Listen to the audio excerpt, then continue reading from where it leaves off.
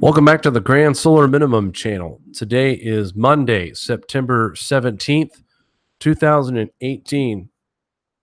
Let's get right into some solar conditions right now. Our solar wind speed is sitting right around 530.4 kilometers per second with a density of about 12. Looking at the sun, 0 sunspots today. That's 4 days in a row now, totaling at 146 for the year. Our KP indices are sitting at a 3, and our 24-hour max is also at a 3. So even though we are experiencing increased solar winds from the coronal hole that we had kind of discussed last night on the show and the night before, we are only going to have an uptick in solar activity at this point. Does not look like any geomagnetic activity as well as far as storms, but we will keep you posted on that. And if you guys look at our star, we got several little tiny areas of activity. But other than that, nothing to be concerned of as far as any kind of sunspots or anything like that. Taking a look at our TSI, we're coming in as of September 10th, 2018 at a 1360.717. Got a few things I want to talk about tonight. And I've noticed, we've talked a lot about the Typhoon. Mangkhut, I want to give it another update here. This was the 15th. Is the 15th and strongest typhoon to hit the Philippines this year, and one of the strongest on record. And left key agricultural areas on Luzon underwater, triggered dozens of landslides and much of the region without communications and electricity, making damage assessment extremely difficult. The death toll last night we were reporting on this was around 54, and they were expecting to find at least 36 more. Now they're saying that we have 108 people that have been found dead, with more than 500,000 of people have been affected by this storm. As a result, prices of vegetables in the region, Philippines bread and basket, have almost doubled. This is the strawberry fields in northern Philippines. They are absolutely destroyed. There's a couple videos of Mangkhut making landfall. Some serious wind. Here's a landslide that had occurred. But some serious wind from this storm, folks. There's a video right there you guys can check out. It says not for media use, so we won't violate any kind of copyright violations. It's affecting nearly 3 million people right now in China, and at least 4 people have died already, with more than 100 injured. And when you guys click on the videos here for the Super Typhoon, you'll understand why there's been so many injuries. At least these are some serious winds.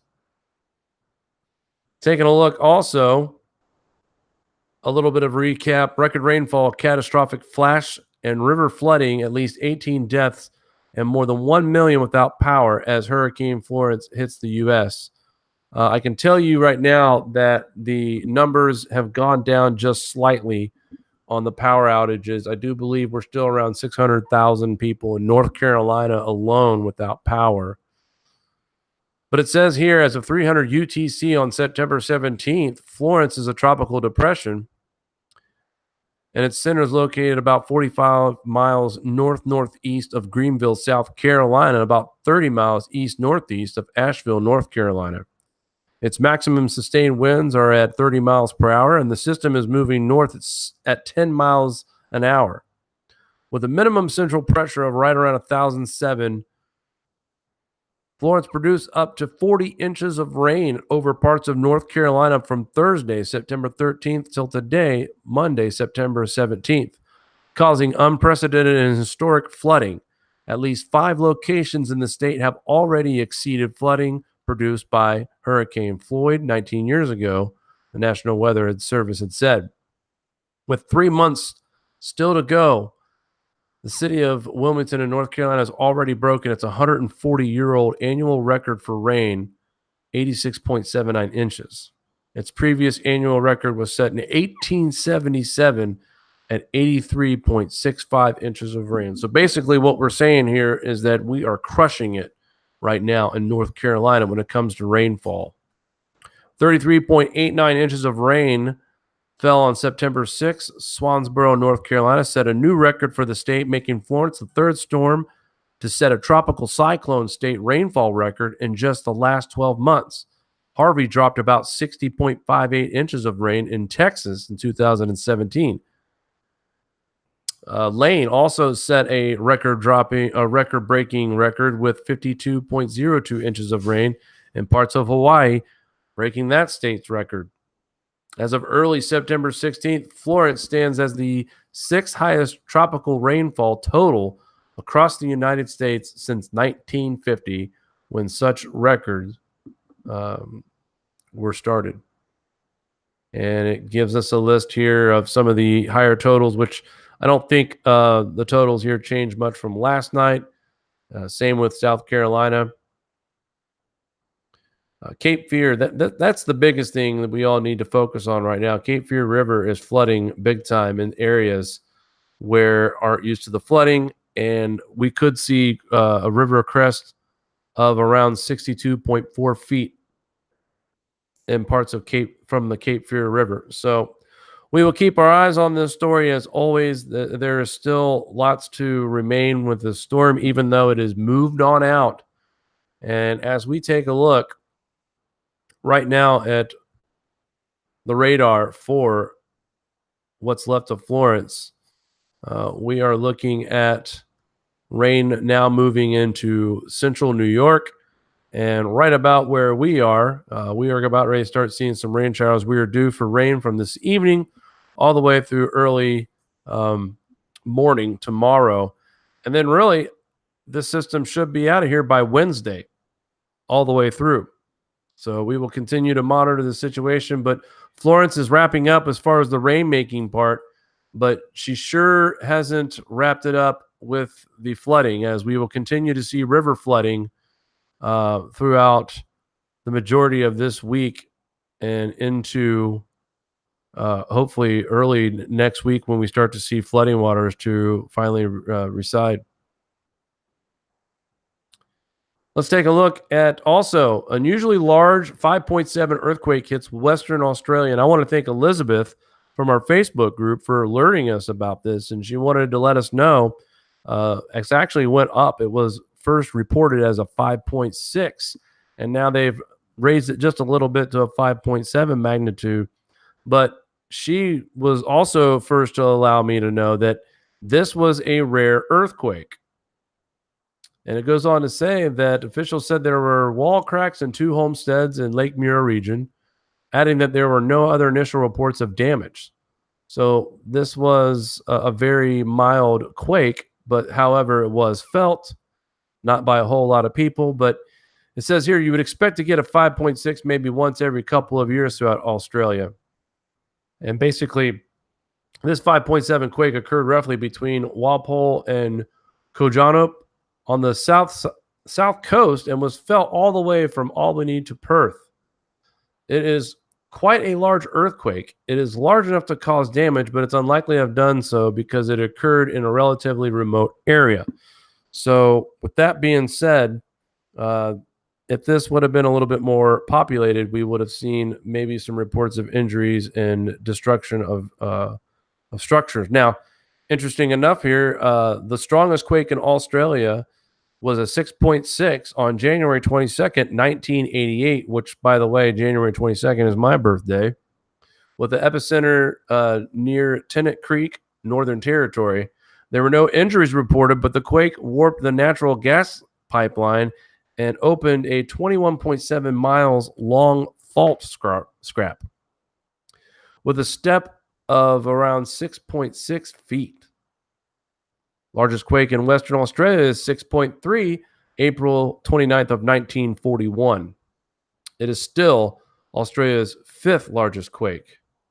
So overall, in that area, Western quake, that was their biggest, but it's Western, or the entire continent of Australia's 5th biggest quake.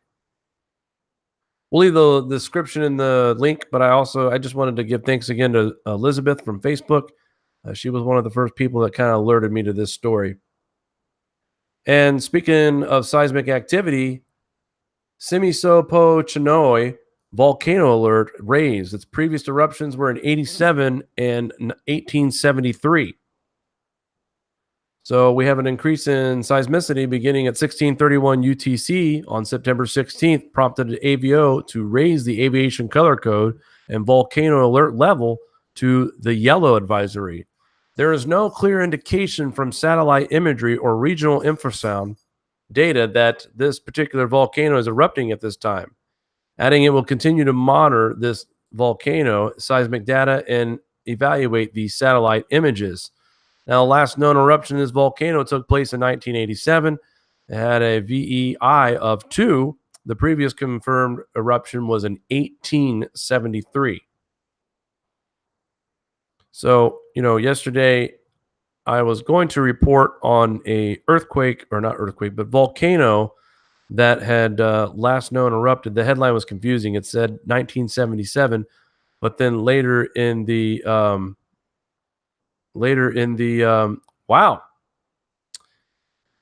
interesting. Mari, if you're watching our we want to thank the watchers here. It looks like that they have inserted our logo and a link to our channel. Let's go ahead and click on that. Oh, to our Google. So thank you, watchers, for kind of getting the Google page a little exposure. What a pleasure. I'm looking at this as we're going live, and I see our logo. Well, maybe because you're logged in and it's Google Maps. You think so? Yeah. Oh, well, I feel silly now. I thought maybe that Grant, yes, this channel has definitely promoted our Casey and Zarkova, but Mari, I think, figured it out. That is not a link for our channel. That is just because we're logged into Google, and yeah. So thank you. All right, we'll leave the link in the description. You guys can check out the story on your own. But as I was saying, we have a volcano in Japan that's going off or is starting to show signs of eruption. Now, this one here in Alaska. And also, let's not forget about the one in Iceland that the gases have been building up, huge amounts of gases. And they also feel that there is an eruption that is in the near future. All right, so here we have some winter news, and it's not even really that time of the year, but Alberta. And I'm going to read this article because this is kind of impactful right now. We're talking about harvest. We've already hopefully avoided one disaster, and I don't know. I haven't seen any reports yet, but I'm curious to see if anyone in North Carolina had lost their crops because they had not gotten it out of the fields in time, if they'd not heeded the warnings that the governor had set out earlier, a week and a half before this storm hit, or right around a week before, I should say. So hopefully we've averted as much crop loss as possible before Florence. But here's a bigger problem here with the snow right now. And it reads on, a week of rain and snow has fallen heavy on Alberta fields and on the shoulders of farmers who are waiting to harvest. Michael Buck is one part of the family-run Young Buck Farms west of Edmonton near Piers. The family operation is a mix of around 1,500 acres of wheat, barley, peas, and canola, and about 700 sheep. Buck would like to be combining those 1,500 acres, but there's snow sitting on his crops. He says we would normally have our canola swathed by now, our peas would be harvested, and we have done no canola swathing essentially. The peas are still in the field, and we're not combining any wheat, said the farmer. This is the longest period of poor weather in September we've seen in the last 4 years. First, a late spring, which meant late seeding. Then Buck thinks the crops were stunted as a byproduct of the BC wildfires. He says the smoke blocked out the direct sun, and it seemed that the crops kind of stalled as far as maturing went. Now, harvest is paused until the poor weather clears out and the fields dry up. And he says with how wet it is right now, we would need, I would estimate, a week of good weather before we could even entertain getting into the field and trying to do some harvesting. This is a similar situation that we heard about in the spring when we had the late winter with the snow and the ice in farms all over the United States, in the eastern part, in Iowa, those areas right there. And now they were talking about how in the spring we had maybe anywhere from 1 to 3 days of suitable work in the fields, and all the farmers were screaming, we need at least a week to 2 weeks of dry weather so we can get into the fields and plant. Well, here we are, harvest time. Not only did we have a late plant, but the BC wildfires, they can now correlate that as helping the plants not mature as fast as they should have. And now we're looking at early snow in the region. It says rain or snow can flatten crops and make them harder to swath and combine. There's also a chance the quality of the grain will be impacted, leaving farmers with a less valuable product. If wet conditions continue, Buck said, there's a possibility that his grain could be downgraded for animal consumption, which pays way, way, way less than otherwise. He said the weather's cost isn't only financial. And this is the common story that we hear all over the world, not just here in the United States or Canada, but India. You hear this echoing all the time. When you can't recoup anything from those crops, you still paid those expenses, and there are other bills to be paid. It puts a financial and mental strain on things. This is my paycheck. This is what I use to feed my kids, to buy groceries, to feed the animals, for equipment and things. It wears on a person. You try to stay positive, but day after day, it takes its toll. Farmers throughout Alberta are in a similar position. Snow fell near Grand Prairie, Red Deer, Sturgeon County, north of Edmonton, and southern parts of the province last week. Standing amidst 120 acres of unharvested wheat, Buck said, this is a concern for farmers all across the province. And just to give you guys an idea of what we're dealing with right now, so they need at least a week of dry weather.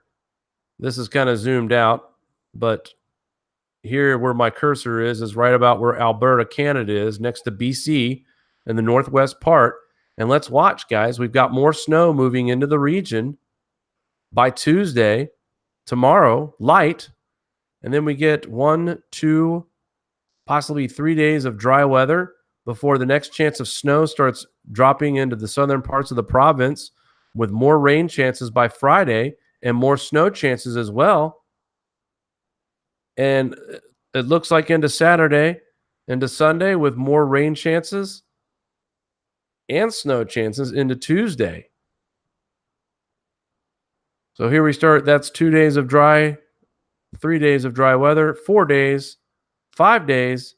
And by the 6th day, we're expecting a large swath of low pressure to move in once again to the region and give that part of Canada more of what they don't need. And here, I'll zoom this in just a little bit more.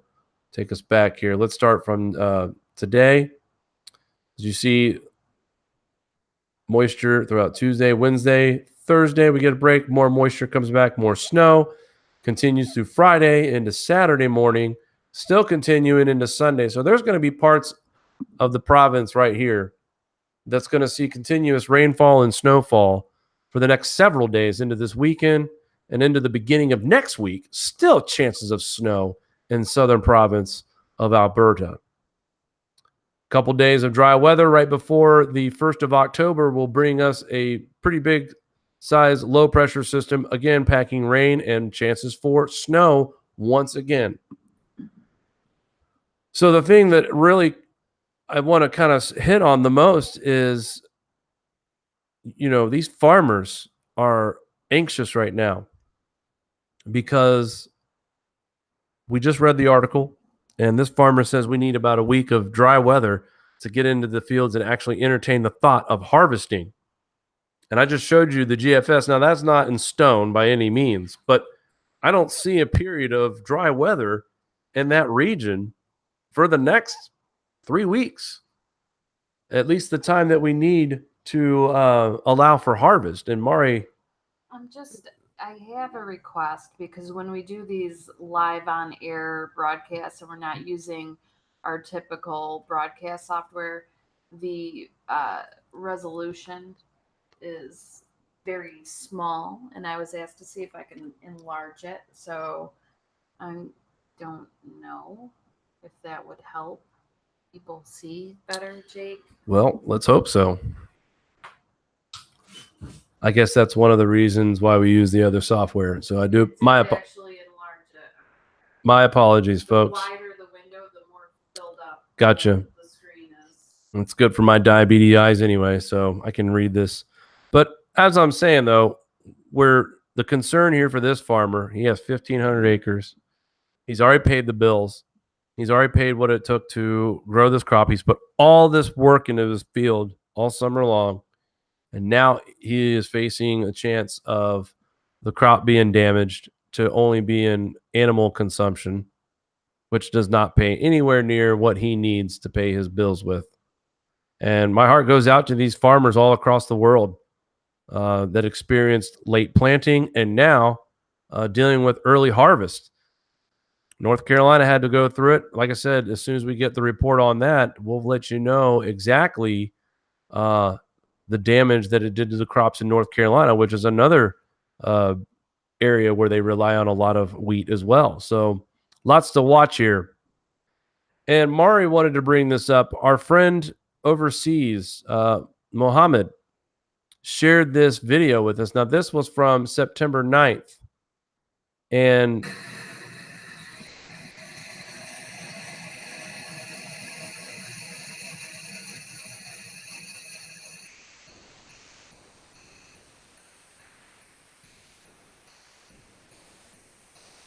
all right, so that's hail.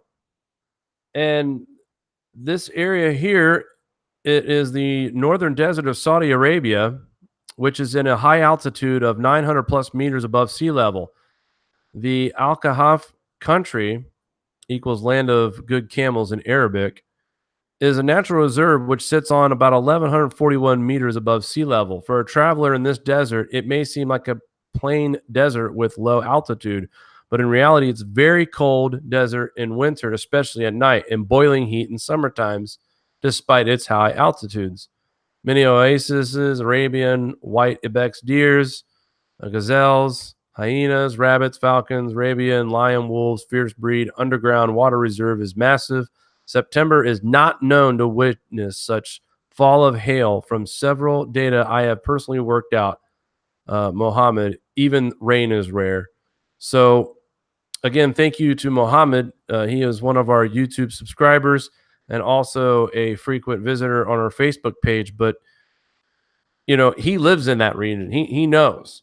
So when he's sharing us this video, and this is what I like about this channel and the people that are in the community, is that we're actually getting interaction and participation from people around the world. I don't have to rely on Google to give me this video because of individuals like Mohammed, who is taking time out of his day to contribute.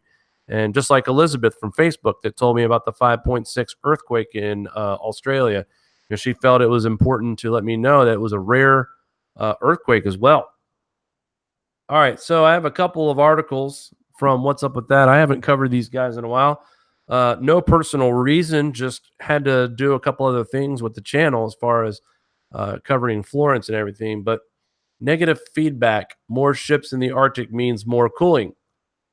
And the article, I'm not going to go through the whole thing, but just read a little bit here. More ships and more clouds mean cooling in the Arctic.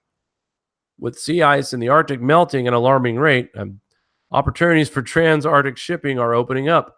And by mid-century, ships will be able to sail right over the North Pole, something not previously possible for humankind. Now, Yukon geographer Scott Stevenson and colleagues say the growth of the trans-Arctic shipping and the increase of emissions that will accompany it may offset some of the overall warming trend in the Arctic by the end of the century. Their study was published September 12th in Geophysical Research Letters. At the same time, they caution that this effect is relatively minor in the context of overall global warming, and that more ships in the Arctic would heighten the risk of environmental disasters. By modeling changes in climate trends associated with increases in shipping traffic and subsequent increases in emissions, the researchers found that trans-Arctic shipping offsets some of the overall warming trend in the Arctic by the end of the century. Scientists have been aware for some time that shipping routes may affect climate in two ways, Stevenson says. With an increase in emissions, there is an increase of black carbon release. This sooty black carbon settles on highly reflective surfaces, such as snow and ice, reducing the reflection of solar radiation, meaning the surfaces hold the radiation as heat. The other way shipping emissions can affect climate is through sulfur dioxide released as another byproduct of fuel combustion rather than warming. However, Stevenson says the sulfur emissions play a role in cooling by encouraging the formation of cloud droplets and by scattering incoming sunlight. Ships track from when very small airborne particles emitted in the exhaust of large ships and airplanes attract water molecules acting as seeds or as cloud condensation nuclei. For clouds, continued accumulation of the droplets on the cloud condensation nuclei forms the thin, streaky clouds. This is why you often see trailing tracks of clouds following ships. He calls those ship tracks. I'll leave the article in the description. I just wanted to kind of point out this is worth reading. Always appreciate the work over here at this channel. What's up with that with Anthony Watts? And, Paul McCartney. This guy here might have had too many hits of LSD. His rose to fame in the 60s, a member of the Beatles, has expressed his frustration at failure to heed climate message by writing a song aimed at President Trump and other climate deniers. So basically, our favorite Beatle, Sir Paul, has wrote a song about us climate deniers. But the album's angriest moment comes on despite repeated warnings about climate change deniers with a lyric that couldn't be more timely or relevant. Those who shout the loudest may not always be the smartest. Well, he might be talking about Al Gore. And then it goes on to say, people who deny climate change, I just think it's the most stupid thing ever, says the star. So I just wanted to make a song that would talk about that basically. Occasionally we got a mad captain sailing this boat that we're all on, and he's just going to take us to the iceberg, despite being warned it's not a cool idea. Yeah, it's all Trump's fault. And I love it when a megastar throws his cloud around. Now, I love the bottom part of this paragraph. People like McCartney, in my opinion, they're kind of out of touch. Champagne socialists who look down on the deplorables, who don't understand ordinary people's reluctance to embrace hardship, expensive green energy, and personal sacrifice. So he and his friends can fly about on private jets, telling the world how wonderful they feel that we made the right choice. So true. Such hypocrisy. These folks here, these celebrities, these musicians, these overpaid entertainers, and they take advantage of their clout and they jump on a bandwagon that will get them noticed in the media. This was all publicity stunt here for Mr. McCartney, and it's not appreciated, period, because blaming the president, and that's not the only people that were blaming the president. This is funny. I found this article, Washington Post, Donald complicit with Florence. The Washington Post says Florence will be the first Category 4 hurricane to hit the Carolinas, and it's President Trump's fault. They also say there is no reasonable doubt evil humans are priming the earth for disasters. Yeah, they're down there at CERN and HARP firing the machines up right now. But the Washington Post says another hurricane is about to batter our coast, and Trump is complicit. Yet again, a massive hurricane feeding off unusually warm ocean water. Well, hello, right off the bat.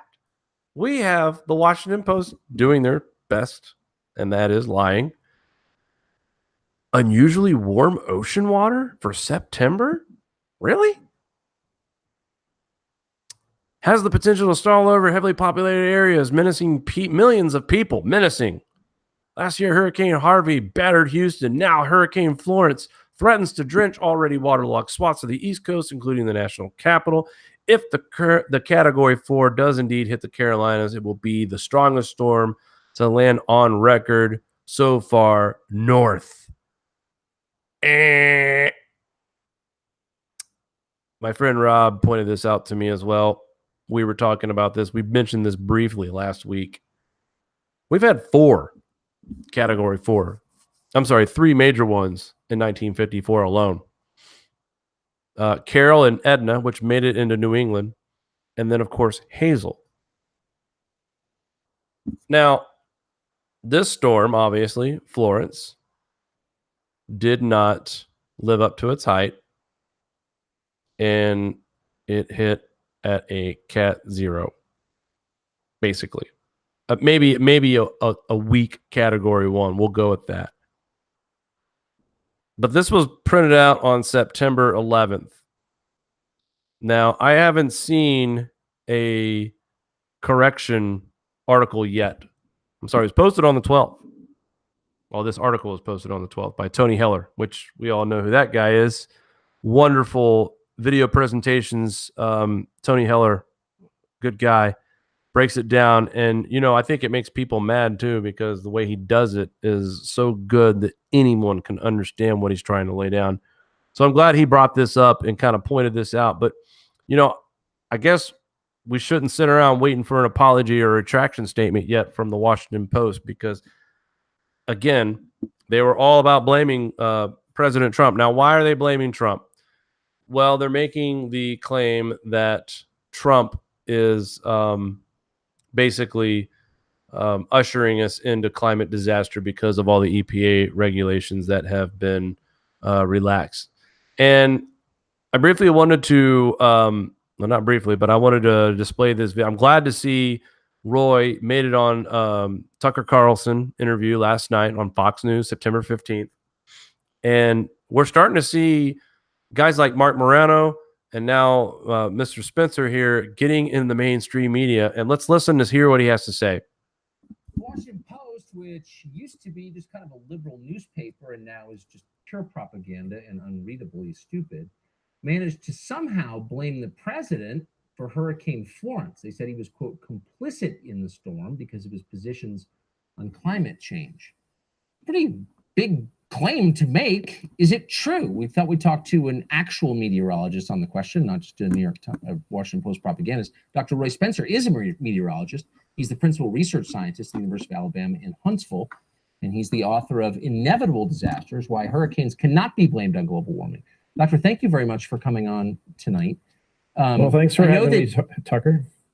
I know that you acknowledge the Earth is getting warmer, and there's a debate about why. But there's also this second debate that plays out in the popular press about whether the warming trend is causing more severe weather events like hurricanes. Is it? Well, it has gotten warmer, as you said. Since the 1950s, there has been a warming trend. But what we haven't seen in terms of any long-term weather measurements is whether there's been any change in severe weather. There hasn't been any increase in hurricanes, and that's on a global basis. In the United States, the frequency of hits of the United States by major hurricanes has gone down by 50% since the 1930s and 1940s. There's been no increase in droughts, no increase in floods. Tornadoes are down, but still weather varies a lot, especially hurricanes, year to year, decade to decade. So there's a huge amount of variability, okay? Some of them stall, produce a bunch of rain. Certainly North Carolina is going to have a major flooding disaster, but this is what Mother Nature does naturally. And if there's a human influence in there, you wouldn't know it because there's so much natural variability. So I'm confused. I know that we keep pretty good. All right, I just want to point that out. Roy Spencer, to me, is the most realistic person in the climate topics. That what he just said to Tucker is so true. If there is any human involvement, it is so little that you wouldn't even notice it. You won't notice it. And that's the reason why I appreciate his work, because he really stresses out on the natural variabilities of the climate and acknowledges human participation. But again, it's on such a small scale. And that's what I think the message overall from this channel about human emissions and how minor their contributions are. And it's a lot of it's because of the things like we talked about last night with the greenhouse theory and how atmospheric pressure is to blame not CO2. It's not trapping any kind of warming gases or anything like that. But let's listen on.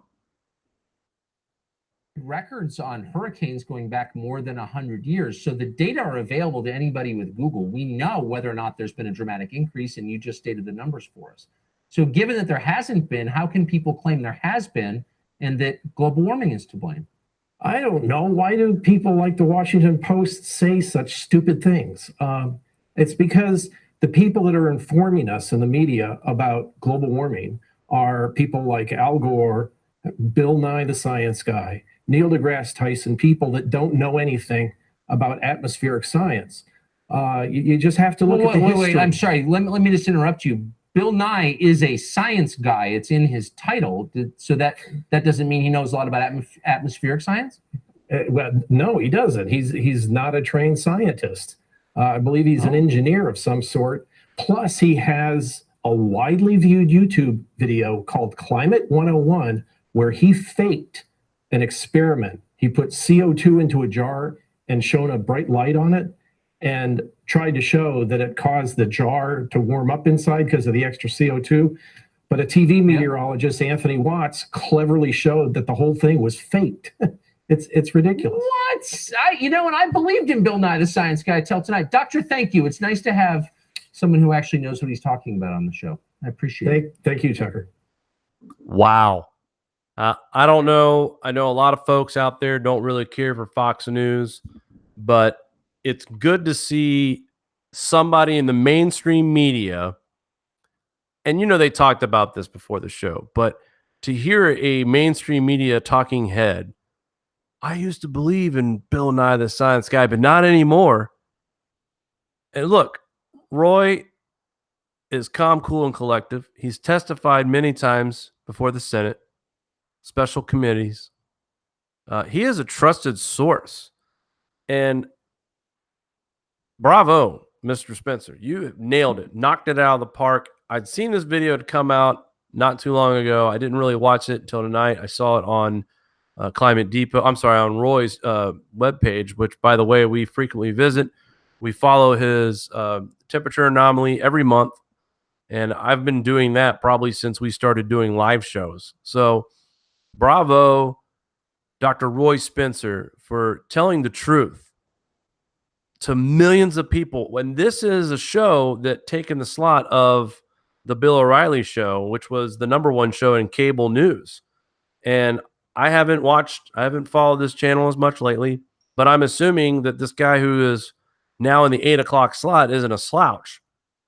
The few videos that I've seen, I've actually enjoyed and thought they were entertaining, as he likes to point out the obvious and ask why and listen to the ignorance that spews out of his guests. But for once, he actually had someone that not only did Tucker he wasn't skeptical or anything. Everything that Roy had said made sense to him. Apparently, they've talked before. They know this guy. They know he's telling the truth. But the #1 thing that really sticks out to me the most in this video is how I'm glad that Roy pointed out that Bill Nye faked that experiment as well. But the whole thing about if humans are involved in climate change, it's so little that you wouldn't even know it. Wouldn't even know it. That's huge. That to me it echoes what everybody on YouTube and other platforms has been saying about CO2 and human contributions. So we're not crazy. It's been echoed millions of times from us. And I'm just glad to see it finally reaching the mainstream media, someone who is an expert meteorologist, someone who's an expert on atmospheric science, who can actually go to a channel that has millions of viewers every night at this time. And hopefully it's got some people thinking. And I'm glad he mentioned you can't listen to guys like Al Gore. Well, obviously, if you're watching Fox News, you're already in love with Dr. Roy Spencer. So next thing you're going to do is go check out his website and then find out all this information that he's putting. And then just maybe this man's science and his research might change the minds of people who think that we're warming. But yet when we find somebody who's actually being honest and providing evidence on the reason why that man is not causing warming is the number one reason why he is one of the best out there.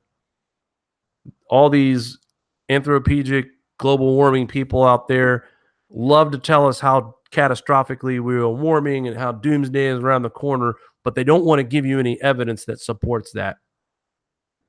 Not with Mr. Spencer here. So great presentation, great job. Congratulations, Dr. Roy Spencer, for being the voice for all of us and just repeating things that we've learned from you and other scientists in the community. I'm just glad to see that we're finally, slowly but surely, we're starting to see people like him pop up on mainstream media.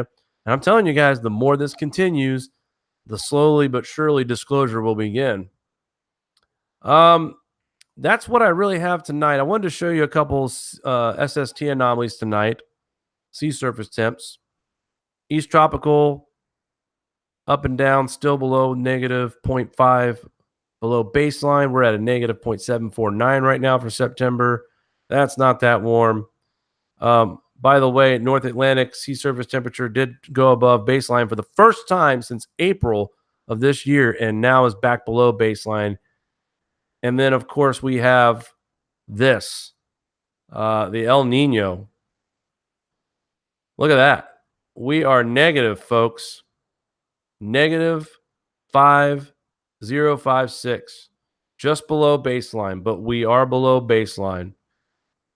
Which leads me back to this statement here that the waters are unusually warm right now. Massive hurricane feeding off unusually warm ocean water. The only area that we're experiencing warm water right now in the Atlantic is the mid-Atlantic region and parts of the Gulf, but even parts of the Gulf is actually lowered in temps. So that El Nino watch has just gone down a little bit more, and I think it could be safe to say that we might be heading in just to a neutral part of it. We may not even see El Nino this year. I think a lot of us here in this channel agree that a Modaki El Nino is certainly possible, but could it be that we are starting to, I mean, and if I look at this graph from, late June all the way to now, we are slowly declining each week. So I feel like as the chances of an El Nino this year have gone down even more drastically. They were calling for a 65% chance of development by December of this year. I don't see that. I think these temperatures right here will continue to watch it, but they have plummeted from their readings on September 10th and are continuing to drop. And guys, that's a free fall right there. So again, El Nino, we might remain in the neutral this year, and no one's really talked much about that. So maybe we can dig up some information about what kind of weather we can expect if we are neutral this year and do not see an El Nino or La Nina. All right, guys, I think that's going to do it for me tonight. Actually, I'm going to check in. One more look at the Atlantic real quick before we go. Nothing. And just like we had been talked about here on the Grand Solar Minimum channel as of 10 days ago, Florence, once it leaves the coast, it's going to take Joyce with it. I mean, Helene's not even showing up as a disturbance anymore, not even post. And some good news with Isaac, sort of. It's not so much aimed at the Gulf. It could still wind up in the Gulf, but right now, still just a 40% chance of development. And really, that's it. It's not very organized whatsoever. And I can get you guys a radar really fast of Isaac as we watch it kind of die out. It's actually been dead for a while, according to a GSM source that I have. And I believe he is right. But here is the radar, and it's not found, of course. Good stuff, guys. So that's the joys of live. Anyway, Mari, I'd like to check in with you and say hello to everyone out there in our chat. Check in. Yeah, I just want to say hi to everyone in the chat. Jake, as always, we have a great bunch of people in the chat. A lot of new faces, a lot of people I haven't seen in a while in the chat. We got Rob entertaining everyone in the chat. We got Miss C Gypsy, and we got Cheryl, and we're talking about how we're all Sagittarius sometimes. I don't know. There's a lot of stuff going on in the chat, Jake. And people are trying to get us to move south. And I'm just like, wow. It's hard with this topic. Everyone has concerns of where you're going to be, where you're going to go. And I'm one of those, just take life day by day and see where it takes you and be smart and prep along the way. I don't know exactly where we will wind up. I know we have a lot ahead of us on our path to take care of. Like right now, I'm dealing with my dad's house and renovating that. So really, I'm sort of at a standstill until I do that. So it's everyone has their own path. We got made fun of so much for living in Buffalo. Didn't we, Jake? Running the Grand Solar Minimum channel, living in Buffalo, covering the winters. People are like, why you live there? You guys got to be crazy. But, uh, it's it's easier said than done just to pick up and move your life. And I caution anyone thinking it to really, make sure, I just don't like rash decisions. And I don't know. Do you have thoughts about that, Jake? Not really. Folks that I've always said this. I don't think there's a really, really safe region unless you move closer to the equator. United States, you can live in the desert, but then you've got fires and droughts and heat records to worry about. You could always live in the South where it's going to be a little bit more mild in the winters, but then you might have like what we might be dealing with this year with it being called a winter battle zone. And that just means there's going to be a lot of icing events. So I just feel like there's not really a spot in the United States that's just completely safe from any kind of disaster. And like Mari says, wherever you live and wherever you may be heading in the future, just be smart about what you do, be prepared, make sure you have a plan if a disaster does strike your region, and that way you're not left with your pants down around your ankles. So it's always better to be prepared, expect the worst, and hope for the best. And that's really all we can do. Continue to follow the situation in our current news and watching the climate change that's happening before our eyes as far as cooling goes, not warming, and really just being ready for what's coming. I mean, look, these shows are here to drive into our heads what we're expecting, what's going to continue to happen. Tonight, we've covered a little bit of everything. We talked about snow. We talked about flooding. We talked about earthquakes. We talked about volcanoes. And unfortunately, we had to talk about crop loss. And that kind of wraps up the narrative of what's to expect during these grand solar minimums. This is just the beginning. So, it's all about being smart. It's all about being ready. And I think that is probably the biggest thing that we could stress when it comes to where you live and where you're going into the future. All right, guys, that's going to do it for us tonight. We want to thank everybody for tuning in to Monday night's edition of the Grand Solar Minimum channel. Tune back in tomorrow night. We will talk soon, guys. Take care.